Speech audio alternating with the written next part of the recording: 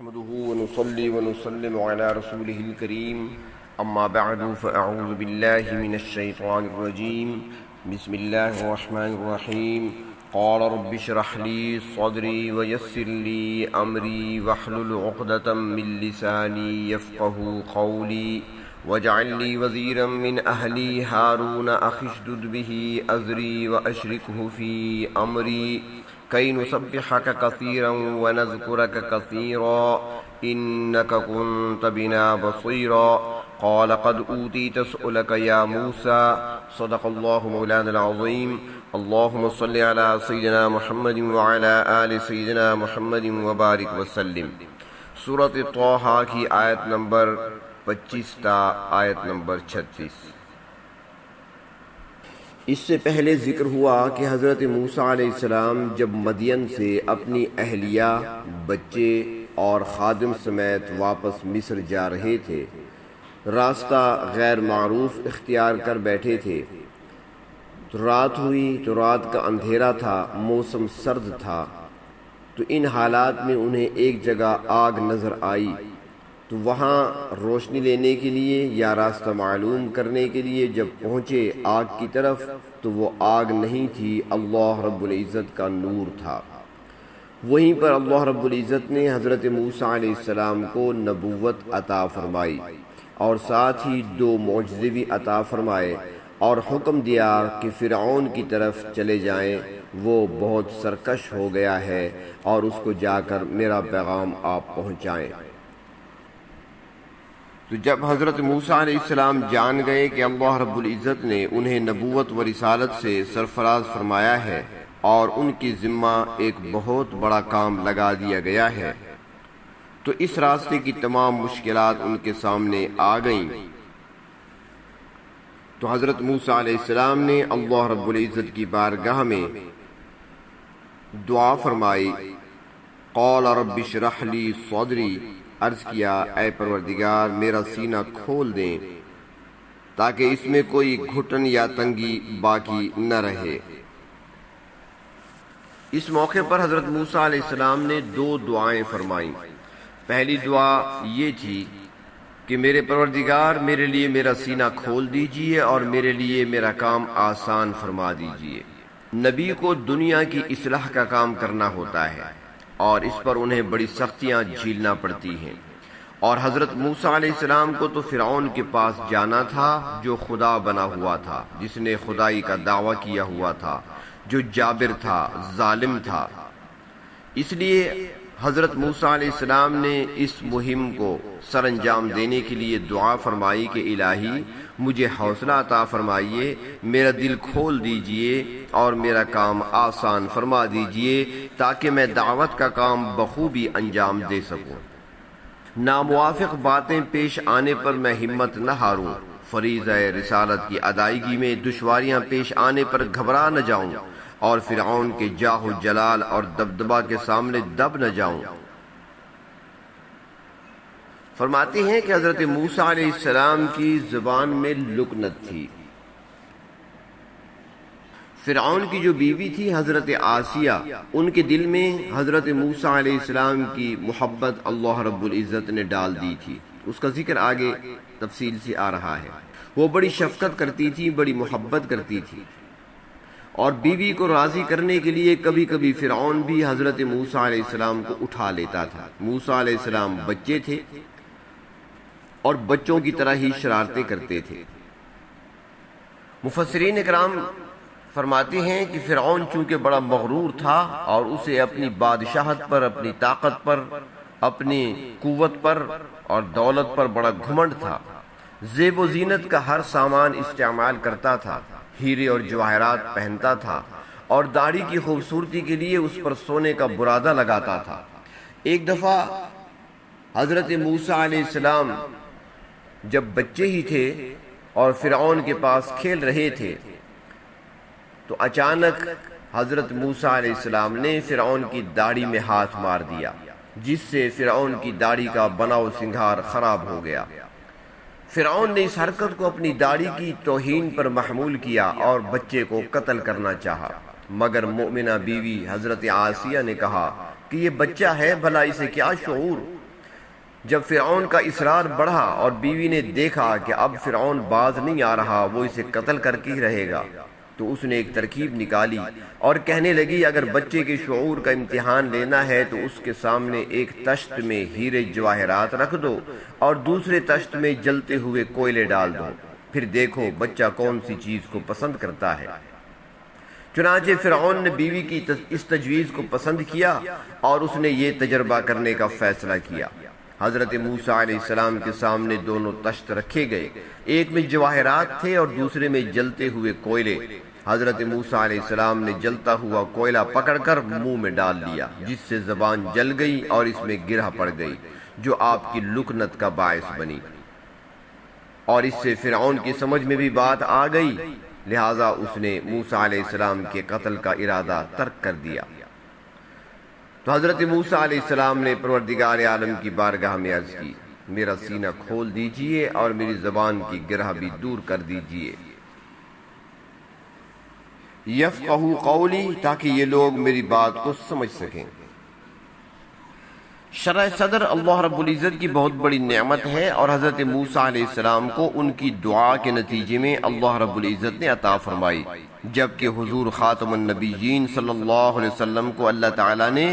از خود بطور احسان کے جتلایا، الم نشرح لک صدرک، کیا ہم نے آپ کا سینہ از خود کھول نہیں دیا، تاکہ آپ تبلیغ دین کے راستے میں آنے والی تمام مشکلات کو عبور کر سکیں۔ اور ساتھ ہی حضرت موسیٰ علیہ السلام نے کام کی آسانی کے لیے بھی دعا فرمائی کہ اے پروردگار، آپ نے جو کام میرے سپرد کیا ہے اس کو میرے لیے آسان فرما دیجئے۔ رب اشرح لی صدری، شرح صدر کو حصول، ویسر لی امری، اور معاملات میں آسانی، اور شرح صدر اور معاملات میں آسانی ہر مومن کی ضروریات میں داخل ہیں۔ دوسری خاص دعا جو حضرت موسیٰ علیہ السلام نے اس موقع پر فرمائی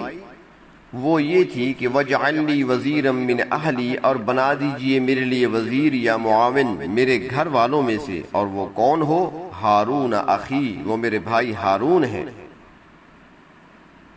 وزیر کا لغوی معنی ہے بوجھ اٹھانے والا، تو وزیر چونکہ امور مملکت میں بادشاہ یا امیر کا معاون بن کر اس کی ذمہ داریوں کا بوجھ اٹھاتا ہے، اس لیے وزیر کہلاتا ہے۔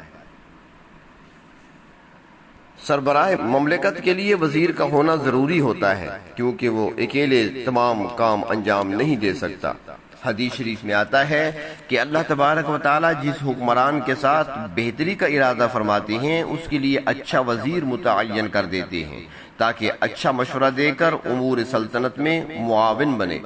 اور جس امیر کے ساتھ اللہ تعالیٰ بہتری کا ارادہ نہیں رکھتے اس کو وزیر بھی برے ملتے ہیں، جو اسے غلط مشورے دے کر امور مملکت میں خرابی کا باعث بنتے ہیں۔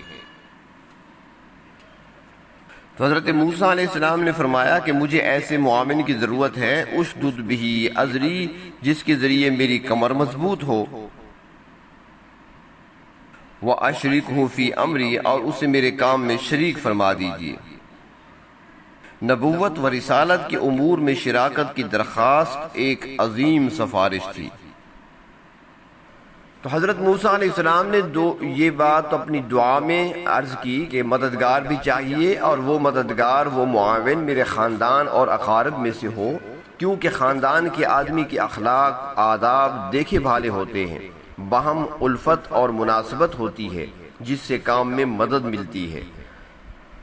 مگر یہ بات اس وقت ہے جب اس کام میں صلاحیت بھی ہو، صرف رشتہ داری اور اقربا پروری کا جذبہ کار فرما نہ ہو۔ حضرت ہارون علیہ السلام حضرت موسیٰ علیہ السلام سے کچھ بڑے تھے عمر میں، اور حضرت ہارون علیہ السلام کی وفات بھی پہلے ہوئی۔ جس وقت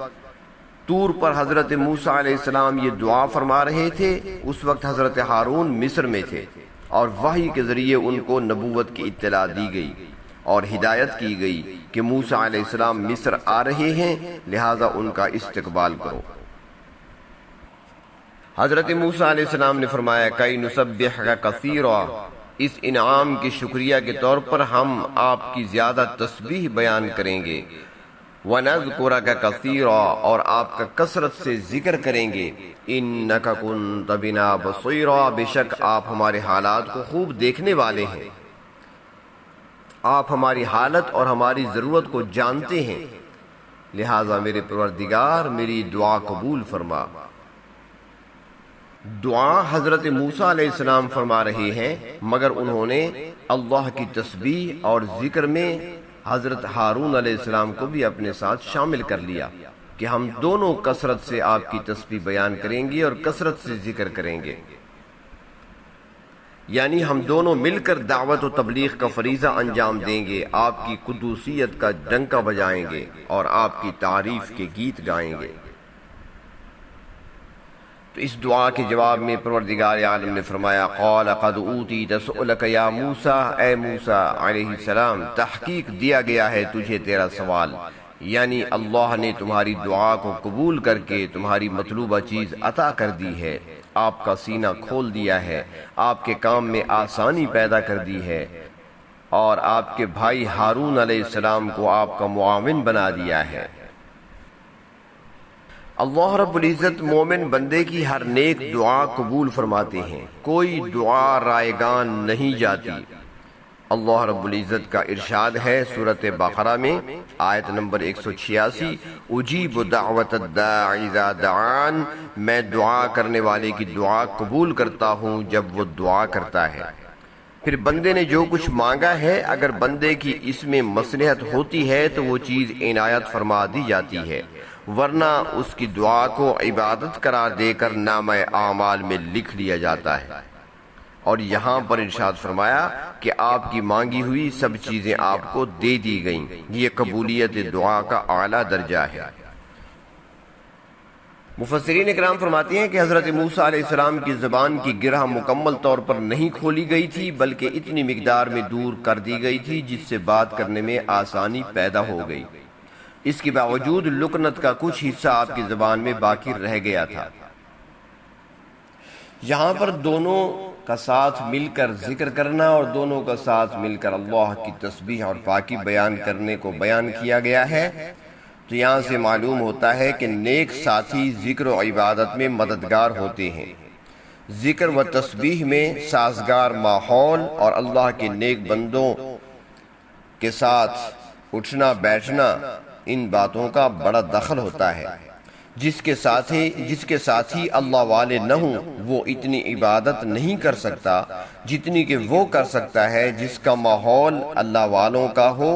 اور ساتھی اس کے ذکر کرنے والے ہوں. اللہ رب العزت ہمیں اپنے نیکوکار بندوں کا ساتھ نصیب فرمائے اور ہمیں نیکی اور تقوی والا ذکر والا ماحول نصیب فرمائے. وآخر دعوانا عن الحمد للہ رب العالمین.